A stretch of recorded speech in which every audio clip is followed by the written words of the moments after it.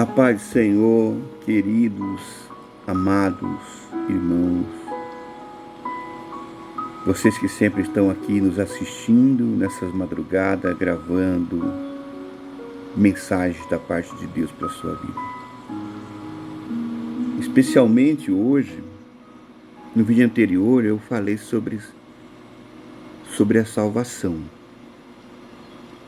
Somos salvos de quê? Do que o homem é salvo? Por que o homem precisa de um Salvador? E hoje eu quero falar especialmente sobre o Salvador. Jesus de Nazaré, Yoshua HaMashiach, Jesus o Messias.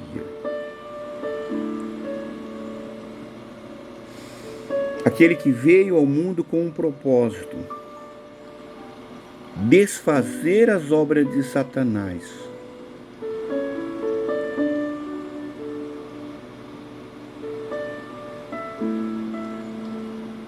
e dar ao homem a oportunidade de se religar a Deus, de voltar a Deus. Como eu disse no vídeo anterior, de retornar ao jardim. Em 1 João 3,8,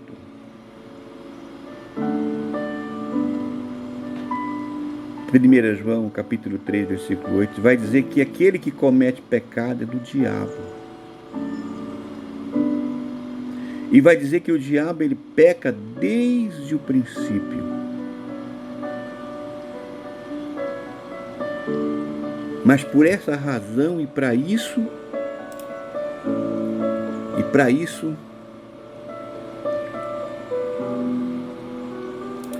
veio Jesus, veio o Salvador. E é exatamente sobre isso que eu quero estar falando com vocês. A Bíblia, ela tem centenas de referências a respeito da chegada de um Salvador ao mundo. Quando o primeiro homem, Adão, e a primeira mulher, Eva,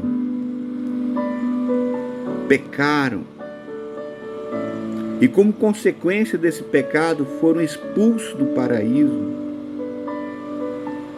foram expulsos da presença, foram destituídos de uma glória que eles possuíam. Deus traçou um plano para salvar esse homem e essa mulher. Em Gênesis 3,15 nós encontramos uma linda promessa da parte de Deus. Imagine que o mundo de Adão e Eva tornou-se um mundo de confusão. Talvez ele tenha dito para Eva: Eva, e agora o que nós iremos fazer? Não estamos mais na casa do Pai. Agora estamos nessa terra deserta, coberta por espinhos e abrolhos. O que será de nós? Elohim, o Criador, prometeu a eles um Salvador. Eu quero dizer para você, pegando um gancho aqui, não importa qual seja a situação do seu problema, ou em que situação você se encontra, Deus tem uma solução para a sua causa. Deus tem um remédio. Deus tem a resposta. Basta você apenas crer na palavra de Deus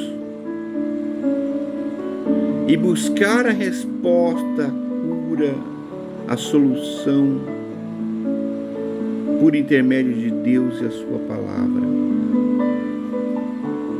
Então, quando tudo parecia perdido, Deus vai dizer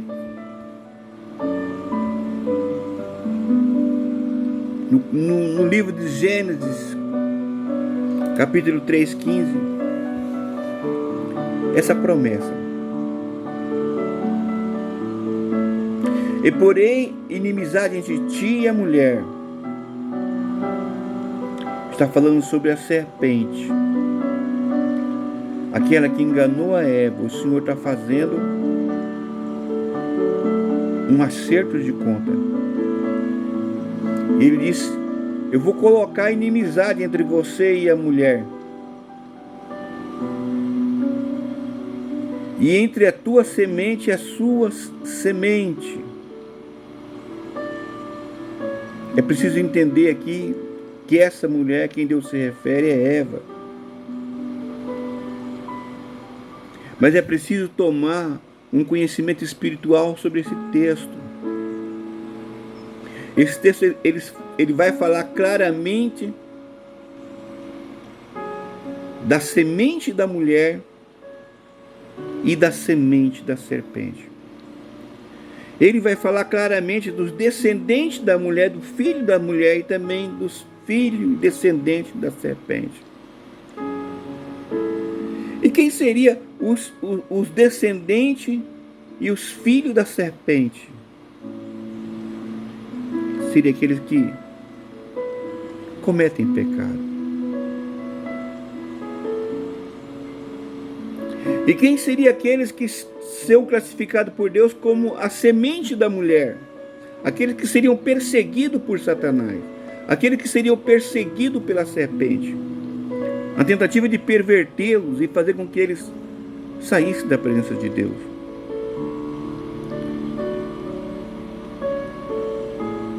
São aqueles que esperam em Deus a sua salvação.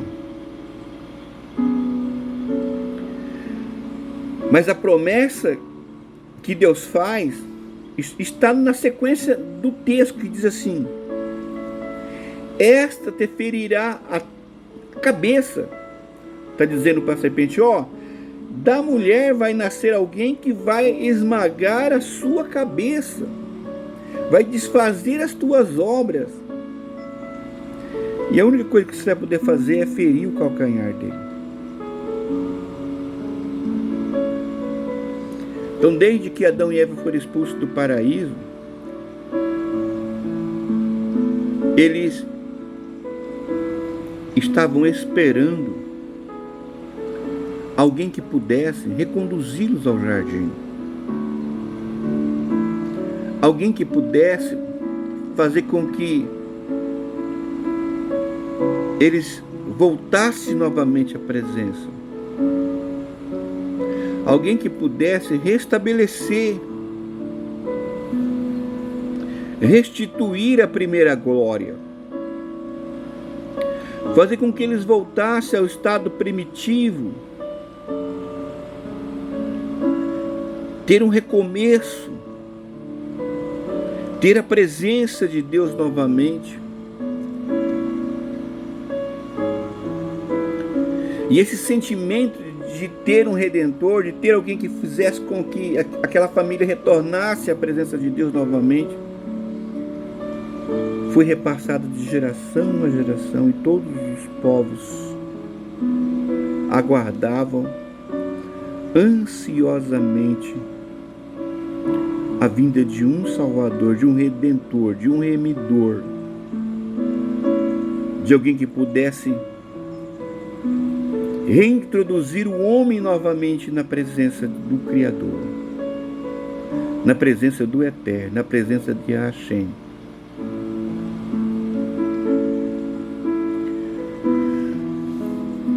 $700 anos antes de Cristo, Deus vai dar uma palavra profética a um dos maiores profetas, considerado profeta messiânico, Por que, pastor Zé, o profeta messiânico? Porque ele falou muito sobre a vinda do Messias, a vinda do Mashiach.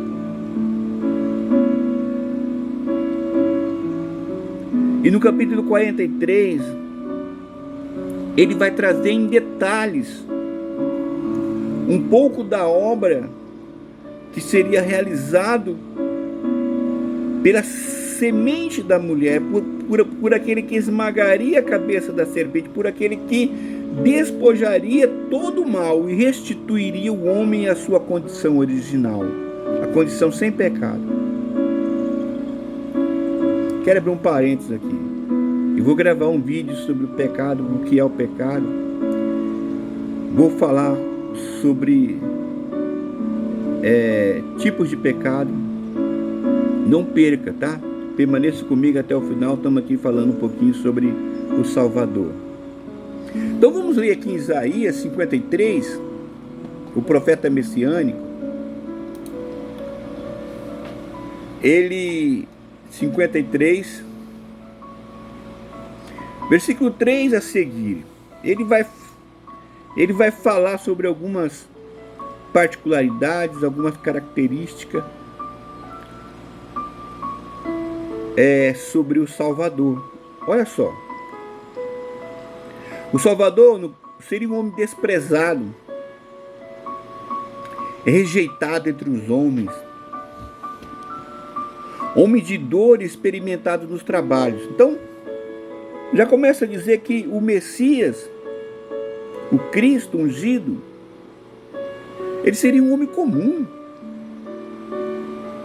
um trabalhador. E quando nós vamos ler a referência nos evangelhos, a respeito de Jesus, nos evangelhos, nós vamos encontrar que ele era carpinteiro, o pai dele carpinteiro.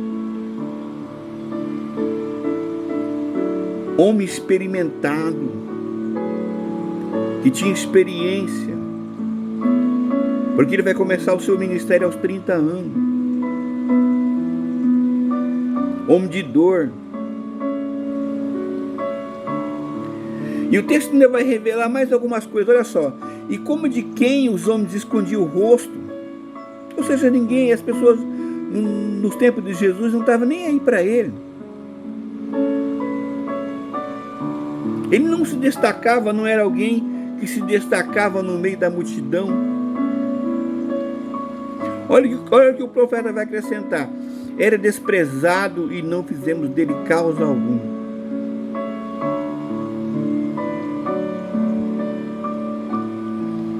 Os judeus também, ele estava aguardando um Salvador, aguardando o Messias. Mas eles esperavam que o Messias, que o Salvador,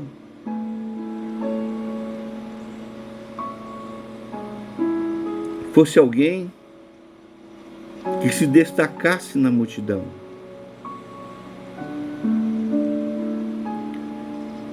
Fosse alguém que só de olhar para ele não teria dúvida de que realmente seria ele, é ele, o descendente, a promessa, o Redentor, o Salvador.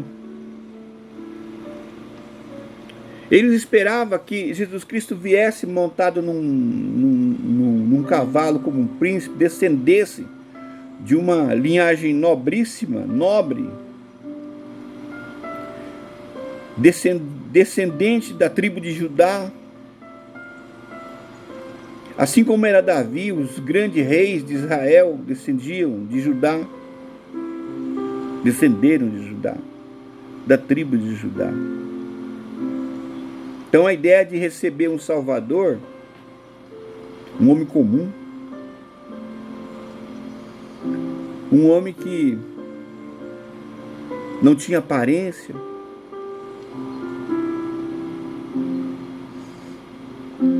era algo que fugia do escopo daquilo que era esperado pelos judeus do tempo de Jesus. E é interessante que o Evangelho de João, o evangelista, ele vai registrar no capítulo 1, que Jesus veio para os judeus, mas que os judeus não receberam, porque ele estava esperando alguém que viesse em pompa, que viesse numa comitiva, que seus servos fossem à frente, alguém tocasse uma trombeta, alguém anunciasse. Mas Jesus veio da maneira mais humilde, mais simples.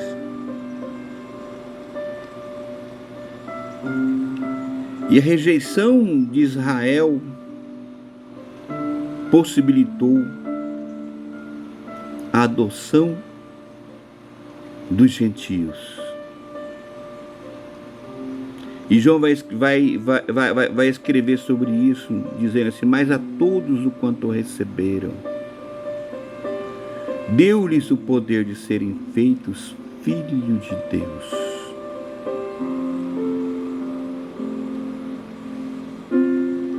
Ainda falando sobre a obra do Salvador, no versículo 4, o profeta vai dizer assim: verdadeiramente, Ele tomou sobre si as nossas enfermidades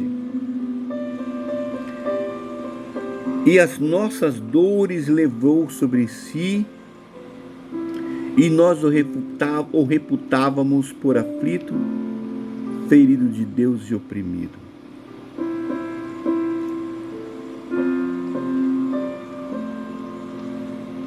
É difícil entender a obra de Jesus,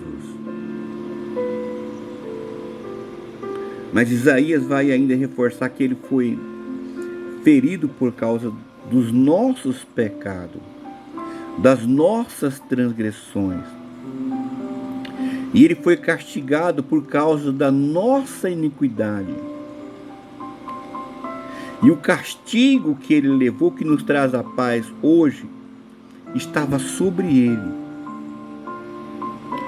E por causa daquilo que ele sofreu, das suas pisaduras, recebemos a cura e fomos sarados.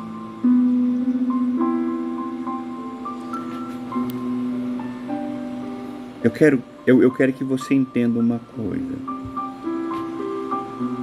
Quando Deus disse que Ele disse para Adão e Eva que se eles comessem da árvore da ciência do bem e do mal, eles morreriam. O Criador estava falando da morte física e também da morte espiritual.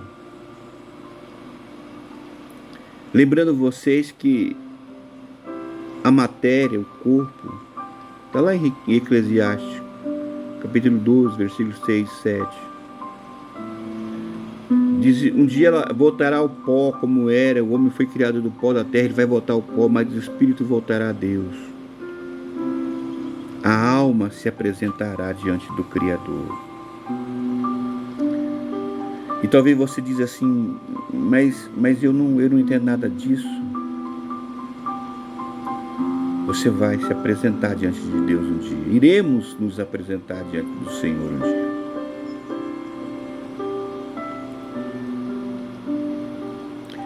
Então Deus, num primeiro momento, Ele vai condenar o homem e toda a humanidade que se seguiu após Adão e Eva.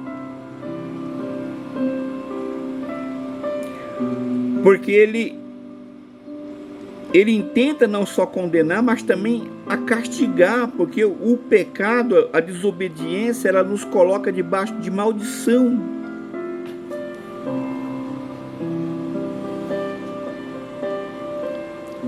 E quem opera debaixo da maldição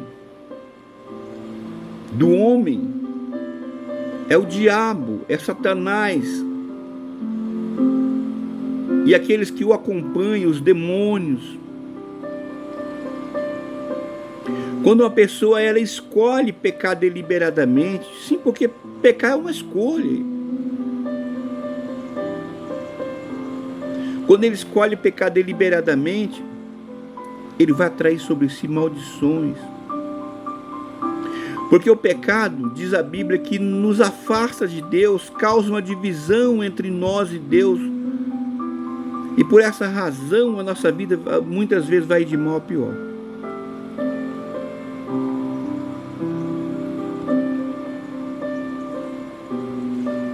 Lá em Ezequiel 18, os versículos que seguem, tem um versículo que diz assim: todas as almas são minhas. O Senhor falando através do profeta. Todas as almas são minhas. Aquela que pecar morrerá.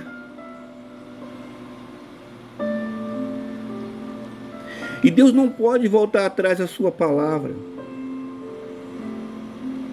O castigo tem que ser dado.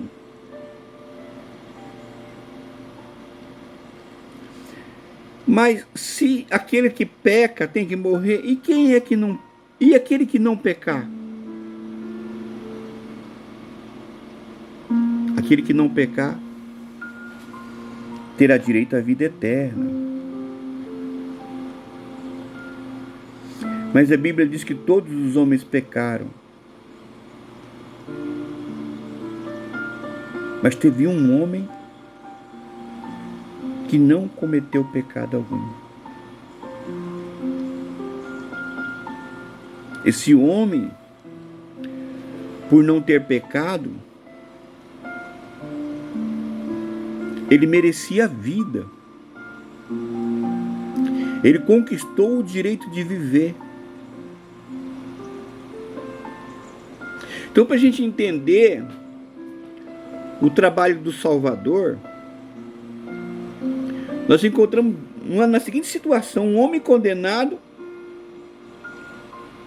e um homem com direito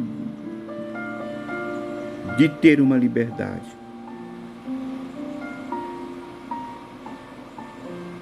Mas aí aquele homem que tem o direito da vida,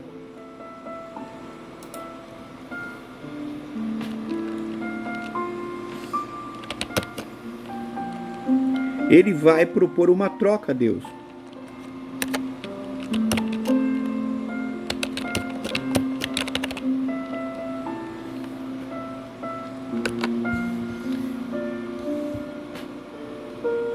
Porque ele vai morrer no lugar daqueles que estavam condenados.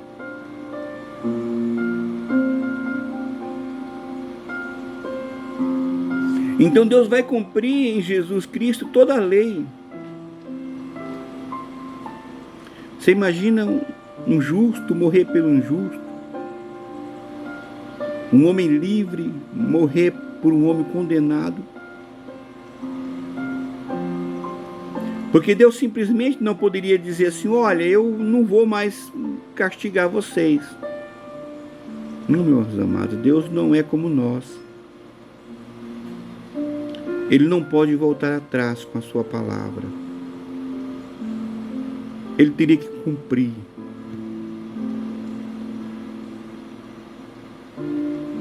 E Jesus conquistou esse direito de viver.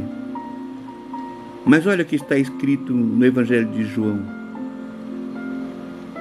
Por isso que a Bíblia mostra ele como o Cordeiro de Deus, aquele que seria sacrificado pela humanidade, aquele que daria a sua própria vida pela humanidade. Então, se Deus condenou o homem, Deus abriu uma nova porta, um novo caminho para esse homem através de Jesus Cristo. No capítulo 10 de João, ele vai dizer aos seus discípulos: ninguém tira a minha vida de mim.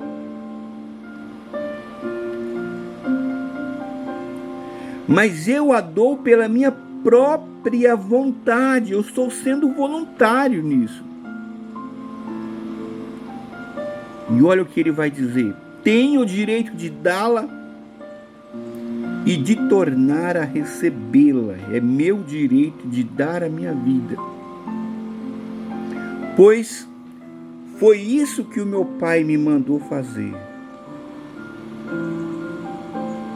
Então Jesus Cristo, quando veio, ele sabia que ele era o cordeiro mudo, que estaria perante seus tosquiadores, como uma ovelha levada ao matadouro. Não porque ele merecesse tudo aquilo, mas porque ele voluntariamente se entregaria para que todos nós tivéssemos o direito de sermos salvos. Você entendeu? O castigo que o Salvador levou, a sua morte de crucificação, serviu para nos dar a liberdade, para recebermos, em vez da nossa morte por causa dos nossos pecados, das nossas iniquidades, a própria vida do Salvador. Por isso ele morreu no lugar de Barrabás como exemplo. Por isso que ele morreu no meu lugar, porque só restaríamos para nós que já estamos, vamos dizer assim, por causa do pecado de Adão e Eva, Deus condenou a humanidade inteira. Mas por causa da vida santa de Jesus, vida que ele entregou a Deus como sacrifício, ele nos resgatou do pecado e da morte. E por isso que ele é o Salvador.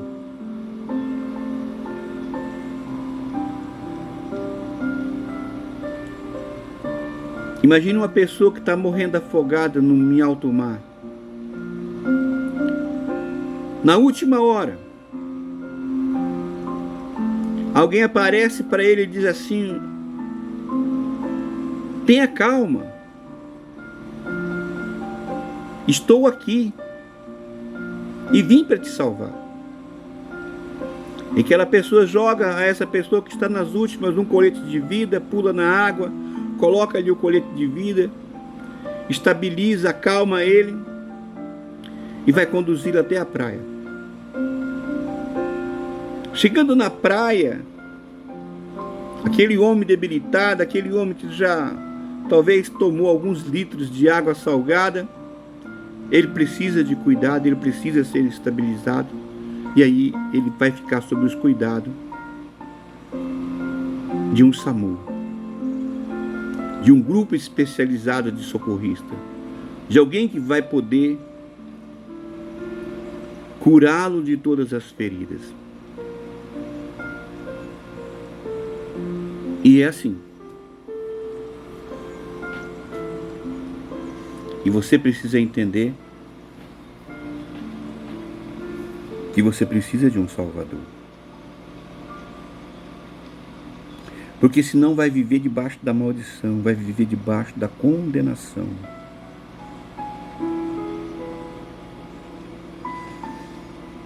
O Salvador, ele enfrentou todo o castigo que seria dado a você e a mim, para que eu e você recebêssemos essas boas novas e pudéssemos ter os nossos destinos mudados a partir do momento em que encontramos Jesus, a partir do momento em que aceitamos o seu sacrifício como o nosso castigo e depositamos nele a nossa fé.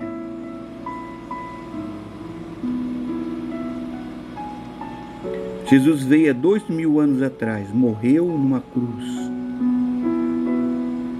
Mas como ele disse, tenho o direito de dar a minha vida e tornar a tomá-la. Ao terceiro dia ele ressuscita.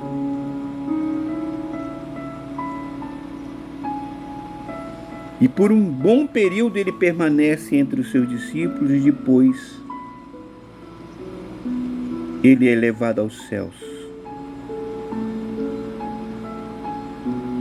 Depois, no dia de Pentecostes, 50 dias aproximadamente da sua partida, alguns dias após a sua partida, vem o Espírito Santo e habita entre nós. e habita na igreja. E Ele, o Espírito Santo, permanecerá conosco até os confins dos séculos. E nós já estamos nos aproximando dos confins dos séculos.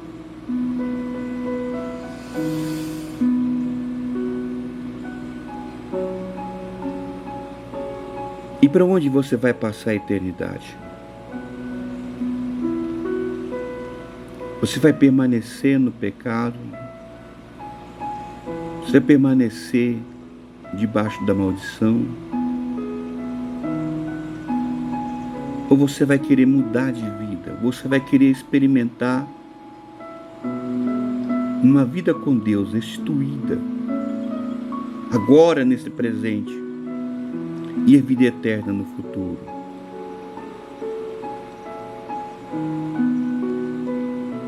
O Salvador, Ele nos livrou da condenação. E através do seu próprio sacrifício, abriu uma porta, abriu um caminho para que pudéssemos ser salvos. Para que naquele dia, meus amados, não haja ninguém inocente. Ninguém que vai dizer, poxa, eu não sabia disso. Ninguém me avisou que eu precisava de um Salvador, e Salvador é Jesus Cristo. Eu quero dizer para vocês que temos tanta religião no mundo, e esses dias seria classificado como a grande Babilônia. A palavra Babilônia traduz-se por confusão. Nós estamos vivendo momentos em que está uma confusão enorme com relação às religiões. Talvez você vai me dizer, pastor, na rua da minha casa tem trocentas igrejas.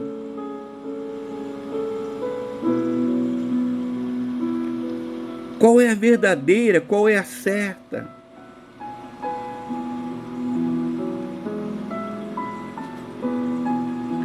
Eu quero dizer para você que ainda temos o Espírito Santo.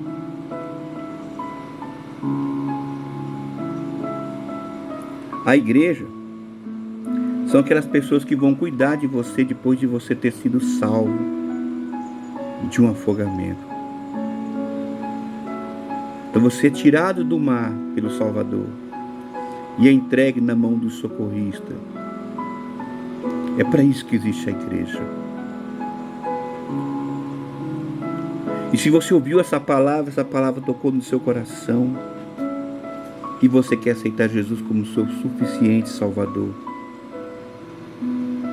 ore comigo.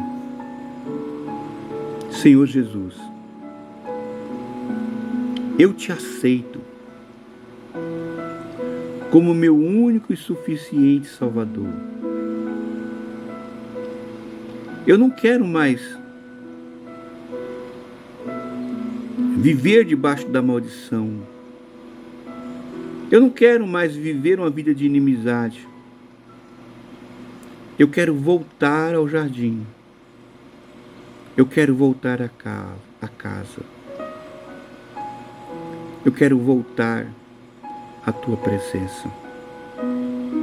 Perdoa meus pecados. Escreva meu nome no livro da vida